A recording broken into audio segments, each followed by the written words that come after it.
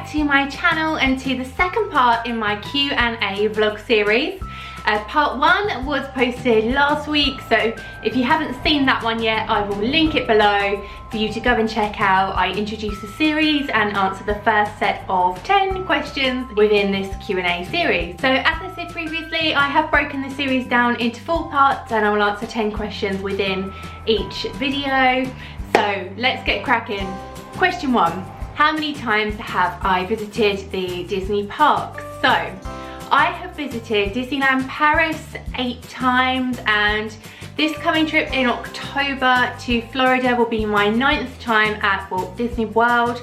My first time was in 2014.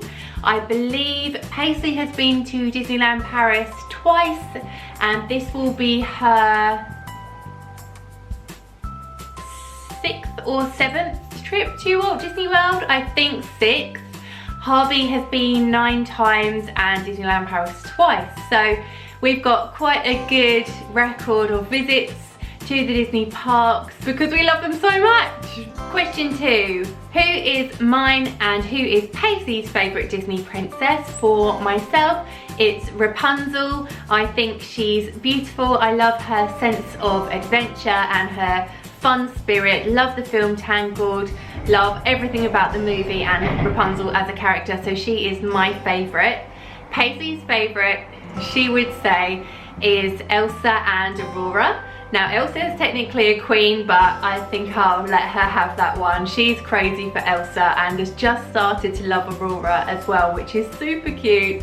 My favourite character that's not a Disney princess, I think it's got to be Baymax. I fell in love with the movie Big Hero 6 from the first time we watched it, which was actually in City Walk at Universal Studios in our 2014 trip to Florida, which was our first trip.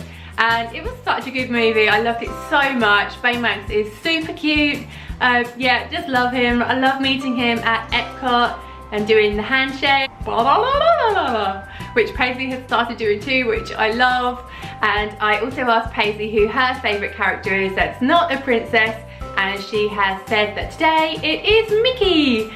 Good choice, but I think her choice would probably change from day to day with that question. The next question. What is our favourite character dining at Walt Disney World, and are character dining experiences worth the money? So I would say my favourite 2 are Ohana for breakfast and Crystal Palace, which is in the Magic Kingdom. So at Ohana, which is at the Polynesian Village Resort, you meet with Mickey, Goofy, Lilo and Stitch, all in their Hawaiian outfits with their leis around their neck, and it's a really nice family style breakfast. So the food comes out in a big bowl in the middle of the table, and you all just dig in, help yourselves. The servers bring around more.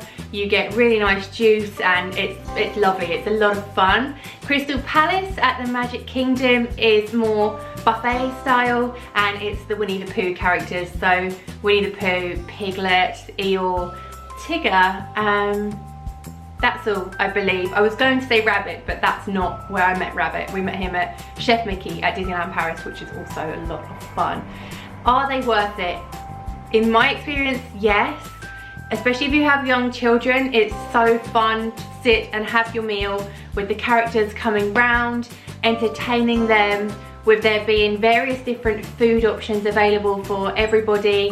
I'm a fussy eater, so it's really good for me because I can just pick exactly what I want to eat. It's good for Paisley because, as you know, children change their minds a lot. You could order them something and 10 minutes later they'll say, oh, I didn't want that, I wanted this. So with a buffet, it's really good because they can just eat what they want. Now, the character meals at Walt Disney World can be quite expensive, so we try to limit them to 1 or 2 per trip if we're not on a Disney dining plan, and then they are more of a treat within that vacation. Now, we were also asked, would we consider going anywhere else on holiday? Now, of course we would, especially Harvey. He goes skiing every year. As I'm filming right now, he's actually in Singapore visiting family, and he's been to the Formula 1 racing over the weekend. Earlier this year we went to Center Parcs with family A couple of years ago we went to France, not Disneyland Paris specifically. I did squeeze in a sneaky visit, but it wasn't for that purpose. I do fancy a relaxing holiday, like a beach retreat somewhere in Europe or not too far from us here in England, but I don't know. At the moment I'm still quite stuck on Disney, and we couldn't afford to do both Florida and a relaxing holiday, so I think Disney's gonna take it for me for right now. But in the future, yes, definitely I would like to explore other places and go away and relax for a week in the sunshine. If we could choose one Disney park to visit and just stick to that one park, what would it be? It's got to be Magic Kingdom, 100% Magic Kingdom. It's our favourite, it's magical, it's what you think of primarily when you think of Walt Disney World. Well, it is for me anyway. I think of Magic Kingdom, Cinderella Castle, the mountains, it's a small world, meeting Mickey in the park, Main Street USA, and just everything, all the magic that is the Magic Kingdom. We were asked what our traditions and must-dos are on our Disney vacations, and I would say our main tradition is that on day one we always go to Magic Kingdom. We wake up super early, as I'm sure most people do, being jet lagged with the travel, and we go straight to Magic Kingdom for extra magic hours. We will usually schedule some form of dining for that morning. For example, be our guest, or as I mentioned previously, Crystal Palace. We've previously been to Cinderella's Royal Table. Just because it's nice on that first morning, get up early, go to the parks, get a few rides done, sit down, have a nice breakfast, and just take it all in. Enjoy being there, because you're all super excited on that first day of the trip. We also always visit Magic Kingdom on the last day of the trip as well, just to get in any rides or attractions that we haven't yet done, and to wave goodbye to Cinderella Castle, which is always a super sad moment.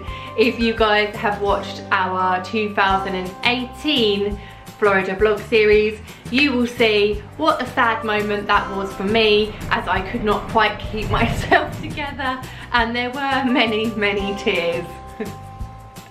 Another tradition that we tend to do on most trips is to have a staycation over at Universal Studios Orlando.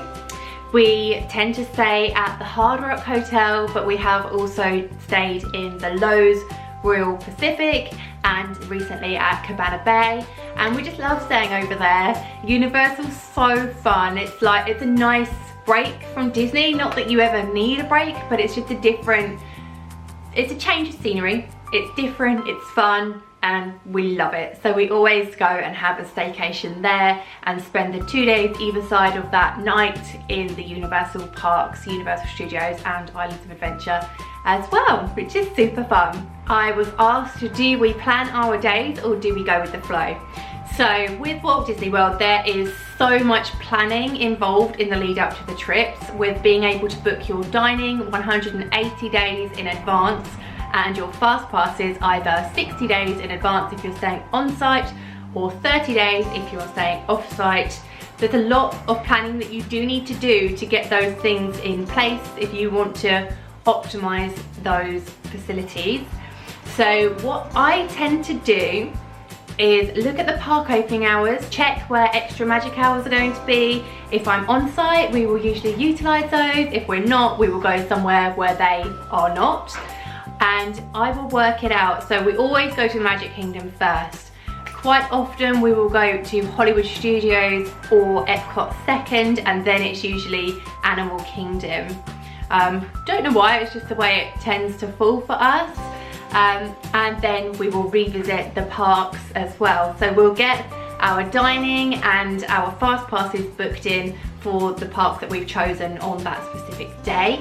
I will put it all in a spreadsheet, and we tend to put the morning and then the afternoon, evening as well. So it's all a loose plan.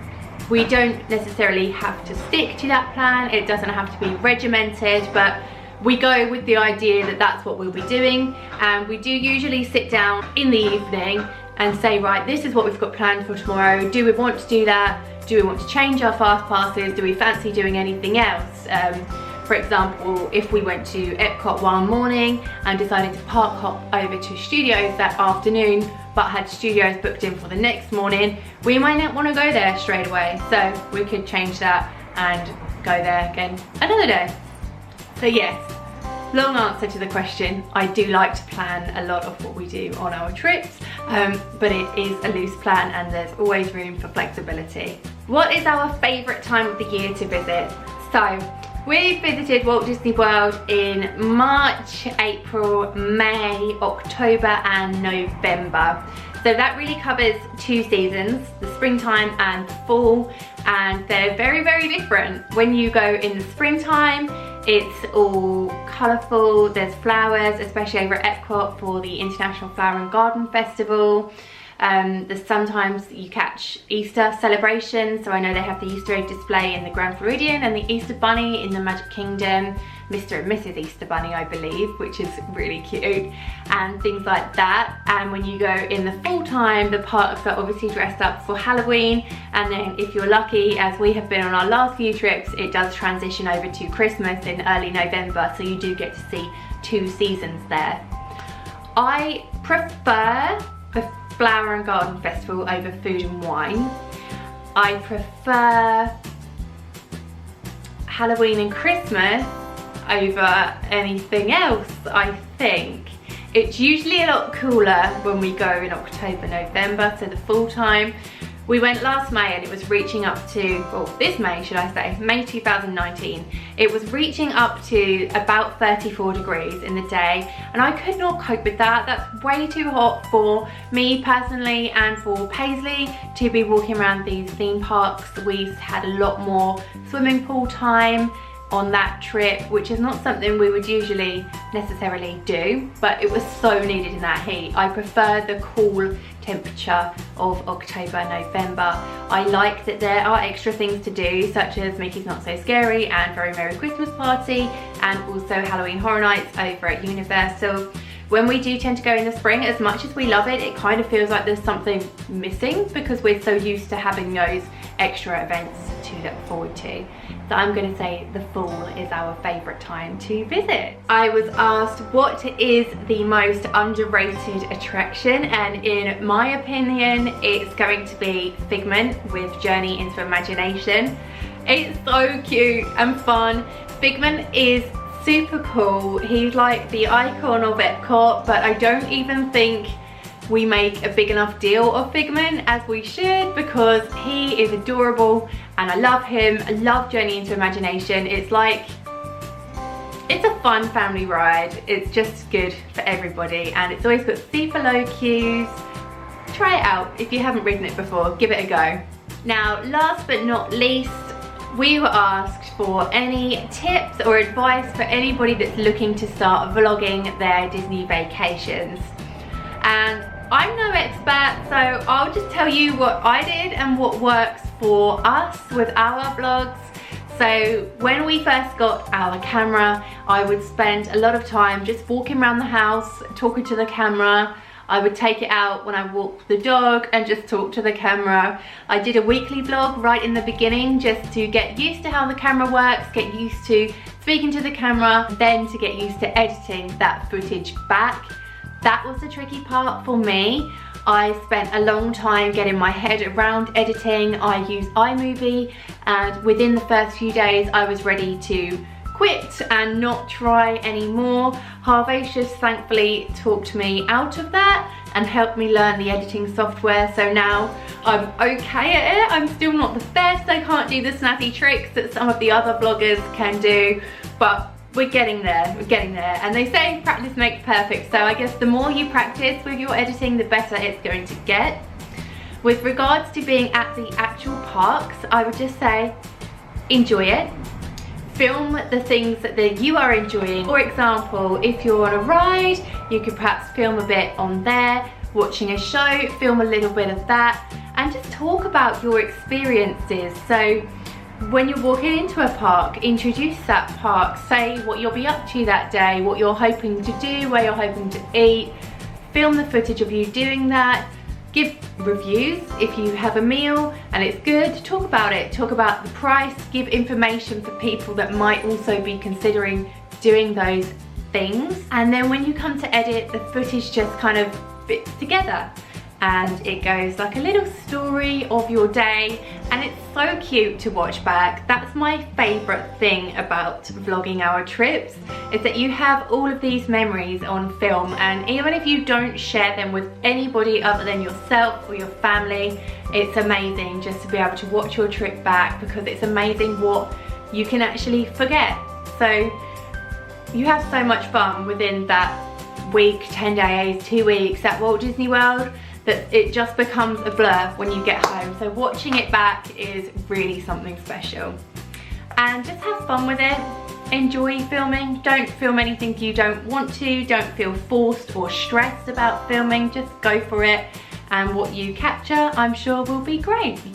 So good luck to anybody that's just starting out on their vlogging journey. It's a lot of fun. I've only been doing it for a year myself and haven't vlogged an awful amount yet, but I'm loving it. I'm loving having all the vlog footage to watch back on. Love having a channel. It's like a new hobby for me, so hopefully you enjoy it too. Okay guys, that's my 10 questions for today. I hope you have enjoyed this vlog. Thank you so much to anybody that submitted questions for me to answer. If anybody has any more, then feel free to leave them in the comments below.